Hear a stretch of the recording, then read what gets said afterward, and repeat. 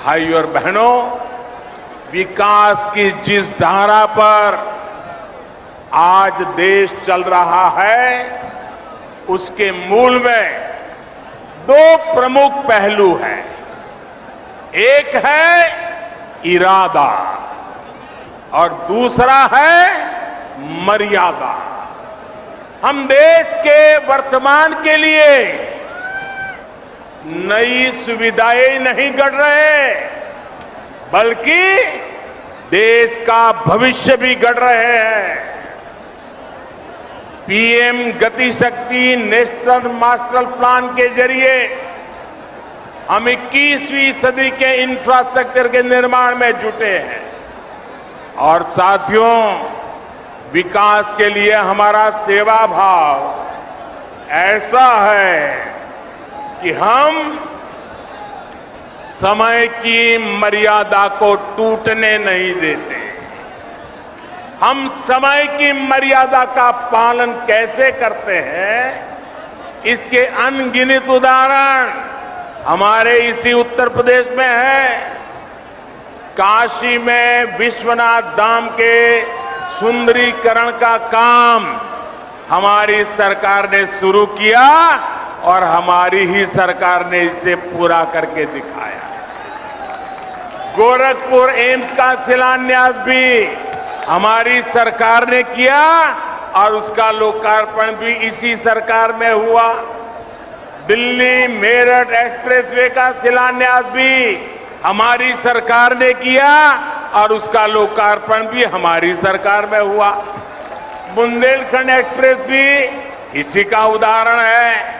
इसका काम अगले साल फरवरी में पूरा होना था, लेकिन ये 7-8 महीने पहले ही सेवा के लिए तैयार है मेरे दोस्तों। और कोरोना की परिस्थितियों के बावजूद कितनी कठिनाइयां हैं, हर परिवार जानता है। इन कठिनाइयों के बीच भी हमने इस काम को समय से पहले पूरा किया है। ऐसे ही काम से हर देशवासी को एहसास होता है कि जिस भावना से उसने अपना वोट दिया, उसका सही मायने में सम्मान हो रहा है, सदुपयोग हो रहा है। मैं इसके लिए योगी जी और उनकी टीम को बधाई देता हूं। साथियों, जब मैं कोई रोड का उद्घाटन करता हूं, कोई अस्पताल का उद्घाटन करता हूं, कोई कारखाने का उद्घाटन करता हूं, तो मेरे दिल में एक ही भाव होता है कि मैं जिन मतदाताओं ने ये सरकार बनाई है, उनको सम्मान देता हूं और देश के सभी मतदाताओं को सुविधा देता हूं। साथियों, आज पूरी दुनिया भारत को बहुत आशा से देख रही है। हम अपनी आजादी के 75 वर्ष का पर्व मना रहा है। अगले 25 वर्षों में भारत जिस ऊंचाई पर होगा, उसका रोड मैप बना रहे हैं। और आज जब मैं बुंदेलखंड की धरती पे आया हूं,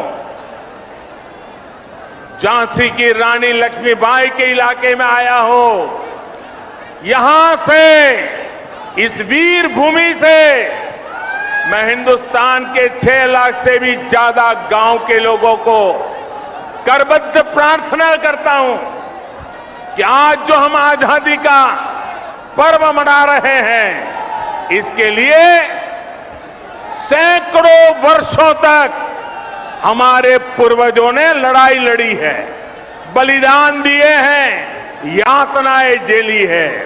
जब 75 वर्ष है, हमारा दायित्व बनता है अभी से योजना बनाए। आने वाला 1 महीना 15 अगस्त तक हर गांव में अनेक कार्यक्रम हो, गांव मिलकर के याद कार्यक्रम करे, आजादी का अमृत महोत्सव बनाने की योजना बनाए, वीरों को याद करे, बलिदानियों को याद करे, स्वतंत्र सेनानियों को याद करे, हर गांव में नया संकल्प लेने का एक वातावरण बने, ये मैं सब देशवासियों को आज इस वीरों की भूमि से प्रार्थना करता हूं। साथियों, आज भारत में ऐसा कोई भी काम नहीं होना चाहिए जिसका आधार वर्तमान की आकांक्षा और भारत के बेहतर भविष्य से जुड़ा हुआ न हो।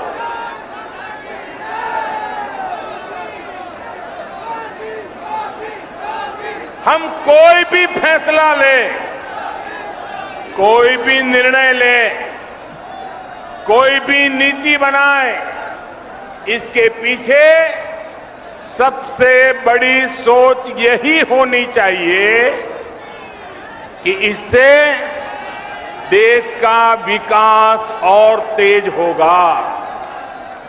हर वो बात जिससे देश को नुकसान होता है, देश का विकास प्रभावित होता है, उससे हमें हमेशा हमेशा दूर रखना है। आजादी के 75 वर्षों बाद भारत को विकास का ये सबसे बेहतरीन मौका मिला है। हमें इस मौके को गंवाना नहीं है। हमें इस कालखंड में देश का ज्यादा से ज्यादा विकास करके उसे नई ऊंचाई पर पहुंचाना है, नया भारत बनाना है। साथियों, नए भारत के सामने एक ऐसी चुनौती भी है जिस पर अगर अभी ध्यान नहीं दिया गया तो भारत के युवाओं का, आज की पीढ़ी का बहुत नुकसान हो सकता है। आपका आज गुमराह हो जाएगा और आपकी आने वाली कल अंधेरे में सिमट जाएगी। दोस्तों, इसलिए अभी से जागना जरूरी है। आजकल हमारे देश में मुफ्त की रेवड़ी बांटकर वोट बटोरने का कल्चर लाने की भरसक कोशिश हो रही है। ये रेवड़ी कल्चर देश के विकास के लिए बहुत घातक है। इस रेवड़ी कल्चर से देश के लोगों को और खास करके मेरे युवाओं को बहुत सावधान रहने की जरूरत है। रेवड़ी कल्चर वाले कभी आपके लिए नए एक्सप्रेसवे नहीं बनाएंगे, नए एयरपोर्ट या डिफेंस कॉरिडोर नहीं बनवाएंगे।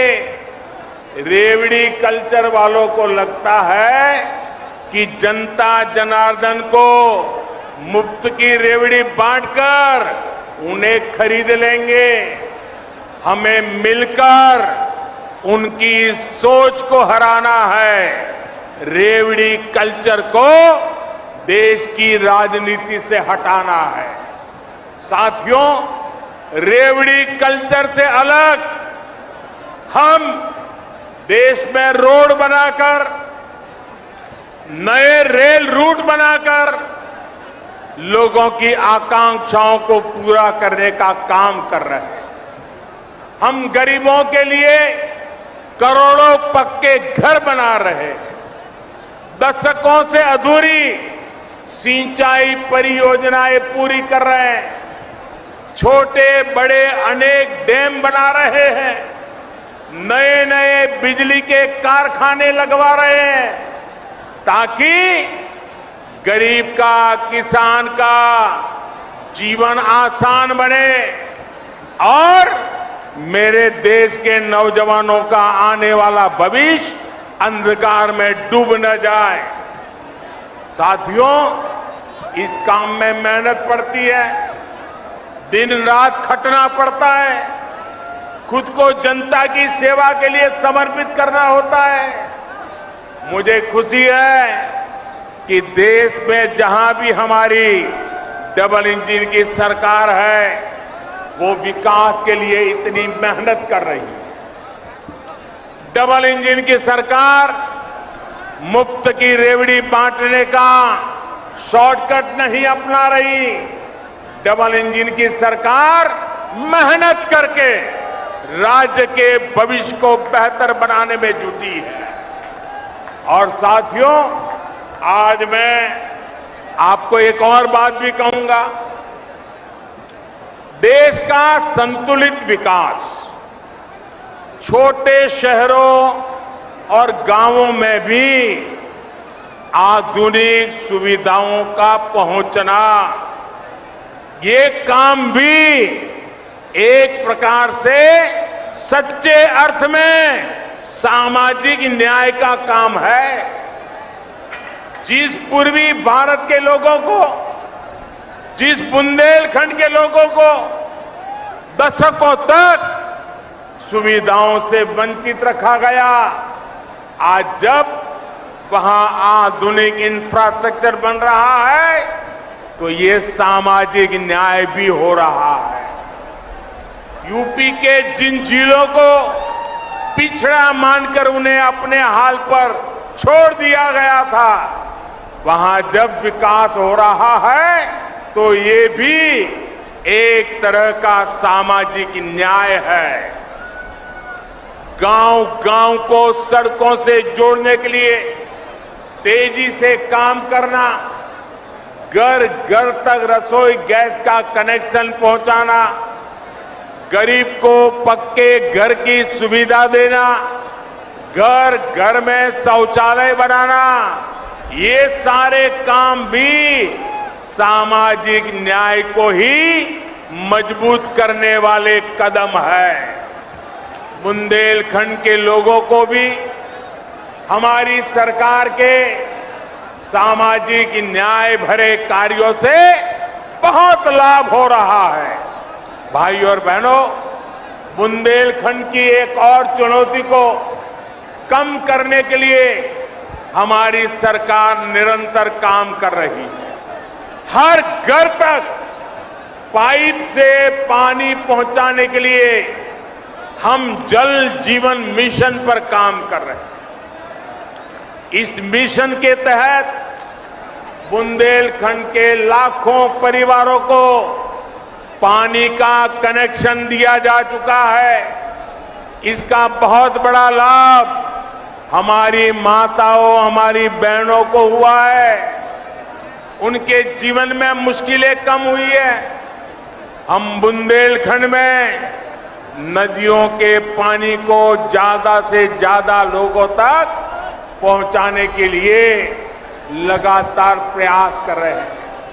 रतौली बांध परियोजना, भावनी बांध परियोजना और मझगांव चिल्ली स्प्रिंकलर सिंचाई परियोजना ऐसे ही प्रयासों का परिणाम है। केन बेतवा लिंक प्रोजेक्ट के लिए हजारों करोड़ रुपए स्वीकृत किए जा चुके हैं। इससे बुंदेलखंड के बहुत बड़े हिस्से का जीवन बदलने वाला है। साथियों, मेरा बुंदेलखंड के साथियों से एक और आग्रह भी है। आजादी के 75 वर्ष के अवसर पर देश के अमृत सरोवरों के निर्माण का संकल्प लिया है। बुंदेलखंड के हर जिले में भी 75 अमृत सरोवर बनाए जाएंगे। ये जल सुरक्षा के लिए, आने वाली पीढ़ियों के लिए बहुत बड़ा काम हो रहा है। मैं आज आप सभी से कहूंगा, इस नेक काम में मदद के लिए ज्यादा से ज्यादा संख्या में आगे आए। अमृत सरोवर के लिए गांव-गांव कार सेवा का अभियान चलना चाहिए। भाइयों और बहनों, बुंदेलखंड के विकास में बहुत बड़ी ताकत यहाँ के कुटीर उद्योगों की भी है। आत्मनिर्भर भारत के लिए हमारी सरकार द्वारा इस कुटीर परंपरा पर भी बल दिया जा रहा है। मेक इन इंडिया भारत की इसी कुटीर परंपरा से सशक्त होने वाला है। छोटे प्रयासों से कैसे बड़ा प्रभाव पड़ रहा है, इसका एक उदाहरण मैं आज आपको भी और देशवासियों को देना चाहता हूं। साथियों, भारत हर साल करोड़ों रुपए के खिलौने दुनिया के दूसरे देशों से मंगाता रहा है। अब बताइए, छोटे छोटे बच्चों के लिए छोटे छोटे खिलौने ये भी बाहर से लाए जाते थे, जबकि भारत में खिलौने बनाना तो पारिवारिक और पारंपरिक उद्योग रहा, पारिवारिक व्यवसाय रहा है। उसे देखते हुए मैंने भारत में खिलौना उद्योग को नए सिरे से काम करने का आग्रह किया। लोगों से भी भारतीय खिलौनों को खरीदने की अपील की थी। इतने कम समय में सरकार के स्तर पर जो काम करने जरूरी था वो भी हमने किया। इन सब का नतीजा ये निकला कि आज और हर हिंदुस्तानी को गर्व होगा, मेरे देश के लोग सच्ची बात को कैसे दिल से ले लेते हैं, इसका ये उदाहरण है। इस सब का नतीजा ये निकला कि आज विदेश से आने वाले खिलौनों की संख्या बहुत बड़ी मात्रा में कम हो गई है। मैं देशवासियों का आभार व्यक्त करता हूं। इतना ही नहीं, भारत से अब बड़ी संख्या में खिलौने विदेश में जाने लगे। इसका लाभ किसे मिला है? खिलौने बनाने वाले हमारे ज्यादातर साथी गरीब परिवार है, दलित परिवार है, पिछड़े परिवार है, आदिवासी परिवार है। हमारी महिलाएं खिलौने बनाने के काम में जुड़ी रहती है। इस उद्योग से हमारे इन सब लोगों को लाभ हुआ है। झांसी, चित्रकूट, बुंदेलखंड में तो खिलौनों की बड़ी समृद्ध परंपरा रही है। इन्हें भी डबल इंजन की सरकार द्वारा प्रोत्साहित किया जा रहा है। साथियों, शूरवीरों की धरती बुंदेलखंड के वीरों ने खेल के मैदान पर भी विजय पताका फहराई है। देश के सबसे बड़े खेल सम्मान का नाम अब बुंदेलखंड के सपूत मेजर ध्यानचंद के नाम पर ही है। ध्यानचंद जी ने जिस मेरठ में काफी समय गुजारा था, वहां पर उनके नाम से एक स्पोर्ट्स यूनिवर्सिटी भी बनाई जा रही है। कुछ समय पहले हमारी झांसी की ही एक बिटिया शैली सिंह ने भी कमाल करके दिखाया।